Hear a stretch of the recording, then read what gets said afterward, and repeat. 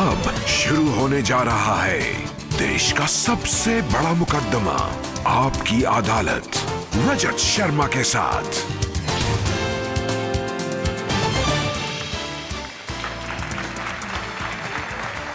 नमस्कार, आपकी अदालत में आपका स्वागत है। आपकी अदालत में आज हम पेश कर रहे हैं भारतीय राजनीति के सबसे कंट्रोवर्शियल और सबसे चर्चित चेहरे को। एक ऐसे नेता जिन्होंने 14 साल एक पार्टी के लिए 20-20 घंटे काम किया, अपनी सेहत बर्बाद की, लोगों से दुश्मनियां मोल ली और फिर आज से कुछ महीने पहले जब अमर सिंह को समाजवादी पार्टी से निकाला गया तो सब चौंक गए। ये आज भी एक रहस्य है कि अमर सिंह क्या करेंगे। आपकी अदालत में आज हम ये जानने की कोशिश करेंगे, क्या अमर सिंह कांग्रेस में जाएंगे, क्या वो बीजेपी का साथ देंगे, क्या वो अपनी अलग पार्टी बनाएंगे। ऐसे बहुत सारे सवाल हैं जिनके जवाब आज ढूंढेंगे आपकी अदालत में।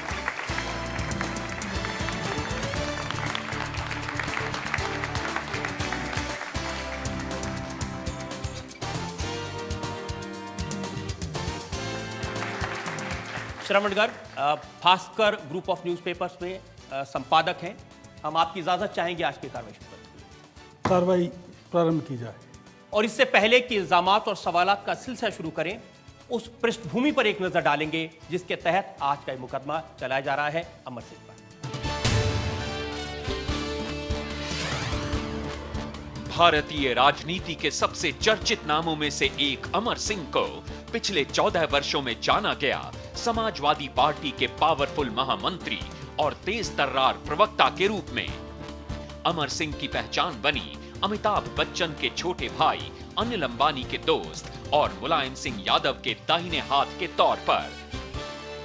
लेकिन ये कम लोग जानते हैं कि जब अमर सिंह समाजवादी पार्टी के लिए 20-20 घंटे काम कर रहे थे, अपने दोस्तों के लिए दुनिया भर से लड़ रहे थे, उनकी दोनों किडनियां फेल हो चुकी थी, उनकी जिंदगी खतरे में थी। बात जब जान पर बन आई तो अमर सिंह ने सिंगापुर जाकर किडनी ट्रांसप्लांट करवाया।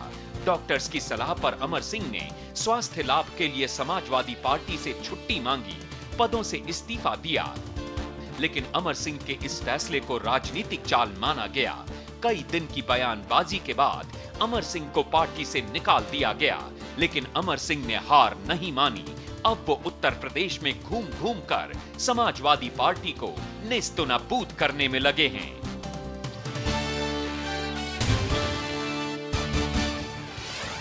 तो मुकदमा शुरू होता है। आपकी अदालत में पहला इल्जाम अमर सिंह पर। आपकी अदालत में अमर सिंह पर आरोप है कि इन्होंने अपनी सेहत के साथ खिलवाड़ किया। अमर सिंह जी, कुछ ऐसी बातें मैं जानना चाहता हूं आपसे जिनको आज तक आप जनता से छुपाते रहे हैं।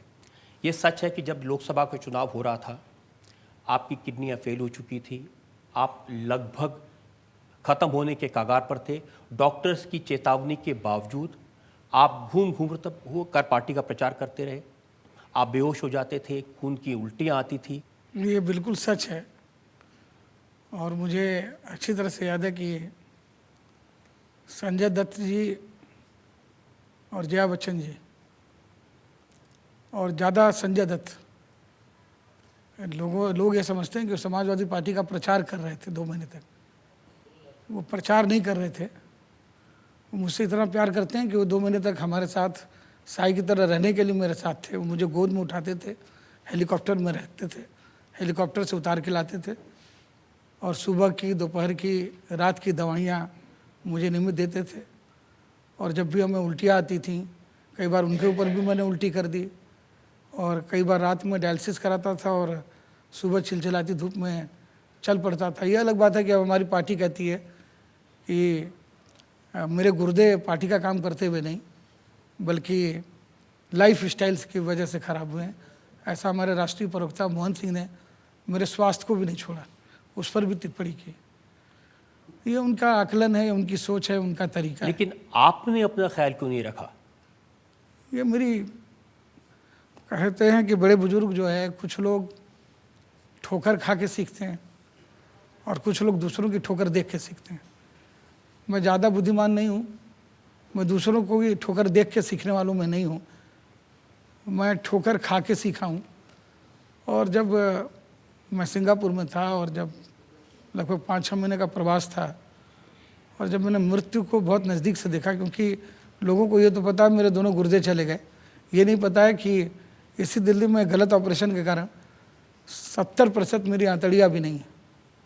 तो मेरे गुर्दे के जाने के पीछे, इंटेस्टाइन जिसे कहते हैं, इंटेस्टाइन कहते हैं, तो मैं अशोक अस्पताल में यह समझ करके कि मुझे कैंसर हुआ है, वो डॉक्टर आलोक चोपड़ा और अश्विनी चोपड़ा के अदालत के अस्पताल में जो हमारे मित्र हैं थे और आज भी हैं, और इसलिए स्वास्थ्य समिति का अध्यक्ष होने के बावजूद, देश के स्वास्थ्य समिति का अध्यक्ष होने के बावजूद मैंने उनके विरुद्ध न तो कोई शिकायत की। बलदेव खन्ना नाम के डॉक्टर ने बिना जांच किए कि मुझे कैंसर है कि नहीं, हमारी अतड़ियों को कैंसर से ग्रसित मानकर निकाल दिया। और हमारे गुर्दे की बीमारी में हमारे श्रम के साथ साथ ये हमारे अतड़ियों का न होना, यानी कुछ भी मैं भोजन करता हूँ तो उसकी पाचन बिल्कुल शक्ति बहुत कम है। और मैं 100 किलो मेरा वज़न होता था, मेरी ठुड्डी और मेरी गर्दन का पता था, ग्रीवा का पता ही नहीं चलता था, एक हो गई थी। भीम का एक काया थी मेरी, और मैं लगभग 30 किलो वज़न मैंने खोया है। और ये वज़न कायम रहे, मेरी ईश्वर से प्रार्थना है। और गुर्दा तो मिल गया और उसका प्रत्यारोपण भी हो गया। मैं ये नहीं कहता मैं स्वस्थ हो गया, लेकिन शरीर की मरम्मत हो गई, लेकिन अतड़ी की मरम्मत नहीं हो सकती। और मेरा ज़्यादा इलाज सिंगापुर में अतड़ियों के लिए हुआ कि किस तरह से जो भोजन में ग्राह जो हमको होता है वो किस तरह से वो रिटेन कर सके, पच सके, ताकि शरीर में एल्बुमिन नाम का एक होता है जो प्रोटीन होता है, उसका रिटेंशन हो सके और उसकी मात्रा बढ़ सके। अब आपने समाजवादी पार्टी से जब पदों से इस्तीफा दिया था तो आपने ये कहा था कि आप आराम करना चाहते हैं, अपनी सेहत का ख्याल करना चाहते हैं, इसीलिए आपने इस्तीफा दिया था? निश्चित रूप से मैंने इसलिए इस्तीफा दिया था। और ये चूँकि अदालत है और कटघरा है और जज हैं और आप और जनता है, सबसे बड़ी बात देश देख रहा है, ये एक प्रत्यक्ष कारण था और एक तात्कालिक कारण था। और इसके साथ साथ मन का एक रोष भी था कि ये आपाधापी भाग दौड़ ये एक मरीचिका है। किस लिए? पार्टी में बिना मुझसे पूछे एक मैनिफेस्टो मुझसे जारी करा दिया गया, जिसमें ये लिखा गया कि अंग्रेजी का विरोध, कंप्यूटर का विरोध, खेती में ट्रैक्टर का विरोध, क्योंकि ट्रैक्टर एक हलवाहे को, एक मनुष्य को रिप्लेस करता है। तो आज के आधुनिक युग में अंग्रेजी का विरोध और ट्रैक्टर का विरोध, मैंने पार्टी में एक पार्लियामेंट्री बोर्ड की बैठक में कहा कि आप अगर ये कहिए कि मिर्ज़ापुर, बलिया, इटावा या एटा मैनपुरी का लड़का और बम्बई, नागपुर, कलकत्ता का लड़का, उसको समान शिक्षा मिले ताकि वो गांव का बच्चा हीन भावना से ग्रसित न हो, वह तो समझ में आता है। इस पर जिस तरह से मुझे प्रताड़ना दी गई दल में, इससे मुझे बहुत पीड़ा हुई। तो मुझे लगा कि वो काम मैं क्यों कर रहा हूँ जिसमें मेरा विश्वास नहीं, वो मैनिफेस्टो मैं क्यों जारी कर रहा हूँ। तो इसका मुझे उत्तर यह मिला कि जो एक राजनीति में जो एक आडंबरी महत्व मिलता है, जो एक हैलो बनता है, तो उससे आप इतना ज़्यादा उस आभा मंडल में प्रभावित हो जाते हैं और समाहित हो जाते हैं कि आप कई समझौते करते हैं। और मैं एक ऐसा व्यक्ति नहीं हूँ जो विकल्पहीन है। हमारे पास राजनीति के इतर भी बहुत काम है। मैं फिल्मों का शौक़ है, किताबें मैं पढ़ता हूँ और हमारे मित्र हैं। और ये बात हमारे पास नहीं है कि मैं राजनीतिक जंतु नहीं हूँ। I am not a political animal. तो मुझे ये समझ में नहीं आया कि ये जो चीज़ जिससे मुझे इतना विरोध है, जिससे इतनी मुझे ये सोच, मुझे 6 महीने जब मैं वहाँ था और वहाँ पर मेरे अग्रज अमिताभ बच्चन जी मेरे साथ लगातार थे, वो हरदम ब्लॉक करते थे। तो उन्होंने कहा आप भी ब्लॉक करो, डिमिस्टिफाई योरसेल्फ, अपने व्यक्तित्व को, कृतित्व को सामने रखो और जो बात मन में है वो लिखो और जनता से कनेक्ट हो। तो उससे जो प्रतिक्रिया आई, कई अच्छी कई बुरी, और अच्छी आई उनको मैंने ग्रहण किया, जो बुरी आई वो मुझे बुरी तो लगी, लेकिन साथ साथ मेरी बंद आँखों को खोलने का काम किया। मैं आपसे इसलिए ये सवाल पूछ रहा था, आपने इस्तीफा इसलिए दिया कि आराम करना चाहते हैं, स्वास्थ्य लाभ, प्राथमिक कारण, लेकिन कहीं ना कहीं मन में यह भी था। लेकिन आपने आराम तो किया नहीं, आपने स्वास्थ्य लाभ किया नहीं। देखिए ये एकदम सच है, आराम नहीं किया, बल्कि पहले से ज़्यादा मेहनत कर रहा हूँ। पहले तो 2 महीना जब मैं बीमार था तो एक कारण था कि चुनाव की एक समय सारणी होती है, वह समय सारणी आपकी बीमारी देख के नहीं आती है। अब जो मैं कर रहा हूँ वह एक आप जिद कह सकते हैं, एक प्रतिबद्ध संकल्प कह सकते हैं, क्योंकि जिस तरह से 14 साल तक अपना तन मन धन देने के बाद जिस तरह से मुलायम सिंह यादव और उनके परिवार और उनके इशारे पर उनके भाई रामगोपाल यादव ने मुझे सार्वजनिक दूरदर्शन पर पागल, कमीना, बेशर्म, कूड़ा आदि उपाधि से नवाजा, इसने कहीं ना कहीं मेरे सम्मान को और मेरे मन को बहुत आहत किया है। और मैं क्षत्रिय हूँ, और क्षत्रियों का ये इतिहास रहा है कि जीवन से ज़्यादा, स्वास्थ्य से ज़्यादा, आप इसमें मेरा अहंकार कर सकते हैं या रक्त बीज का दोष। हमारे जाति के लिए, हमारे संप्रदाय के लिए तो ये कहा जाता है कि 12 बरस लो कुकुर जिए, 16 बरस लो जिए सियार, बरिस 18 क्षत्रिय जीवे, आगे जीवन को धिक्कार। ये मैं आपकी बात अभी भी नहीं समझ पाया हूँ। आपको जब पहली बार ये इस बात की समझ आ गई कि अब किडनी ट्रांसप्लांट कराना चाहिए, अपनी सेहत का ध्यान रखना चाहिए, उसके बावजूद मैंने देखा पिछले 1 महीने में आप कहाँ घूमे। आप मथुरा गए, एटा गए, आजमगढ़ गए, वाराणसी गए, हरदोई गए, शाहजहाँपुर गए, गोरखपुर गए, बरेली गए, रामपुर, बलिया, जौनपुर। ये आपका 1.5 महीने का प्रोग्राम है। मिर्जापुर छूट गया। अच्छा। और आज भी एक रैली करके आ रहा हूँ। तो यहाँ आने के पहले भी आप रैली करके आ रहे हैं? रैली, बड़ी रैली करके आ रहा हूँ। ये किडनी के पेशेंट को तो ये काम नहीं करना चाहिए। बिल्कुल नहीं करना जिसको चाहिए। ट्रांसप्लांट हुआ है उसको तो बहुत ध्यान रखना चाहिए। भीड़ से बचना चाहिए और हाइजीन से रहना चाहिए, लोगों से मिलने जुलने में परहेज रखना चाहिए, पीने का पानी सैनिटाइज रखना चाहिए, कम से कम 7 घंटा सोना चाहिए। हर वो काम जो किडनी के पेशेंट को नहीं करना चाहिए। 11 क्रिएटिनिन, 7 हीमोग्लोबिन और डायलिसिस पर रहने के बावजूद रात में डायलिसिस और सवेरे प्रचार, वह मैंने मुलायम सिंह के मुंह में किया।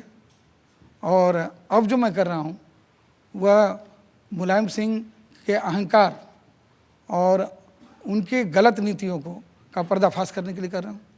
मेरे खुलूस ने रखा मुझे अंधेरे में, तेरा फरेब मुझे रोशनी मिली।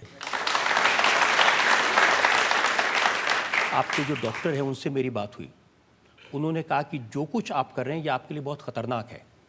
जिस तरह की लाइफ अब आप जी रहे हैं, कभी भी इन्फेक्शन हो सकता है। हाँ, बहुत ख़तरनाक है, मुझे भी पता है। मेरे 2 छोटे बच्चे हैं।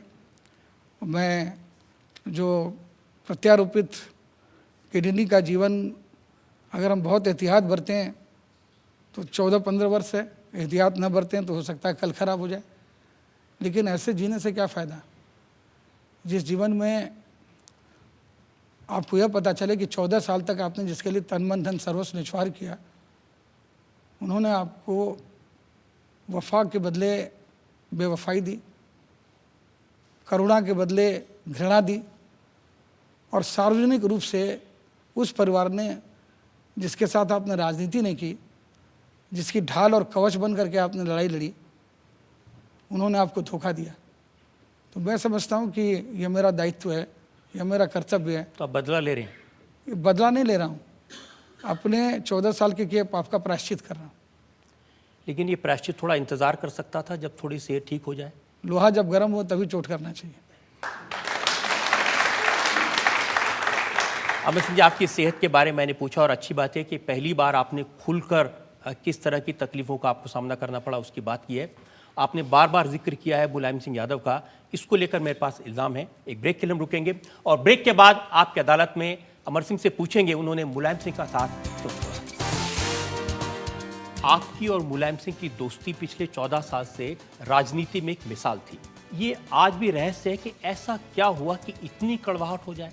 मैंने तो मुलायम सिंह को कहा कबूल कबूल कबूल, उन्होंने कहा तलाक तलाक।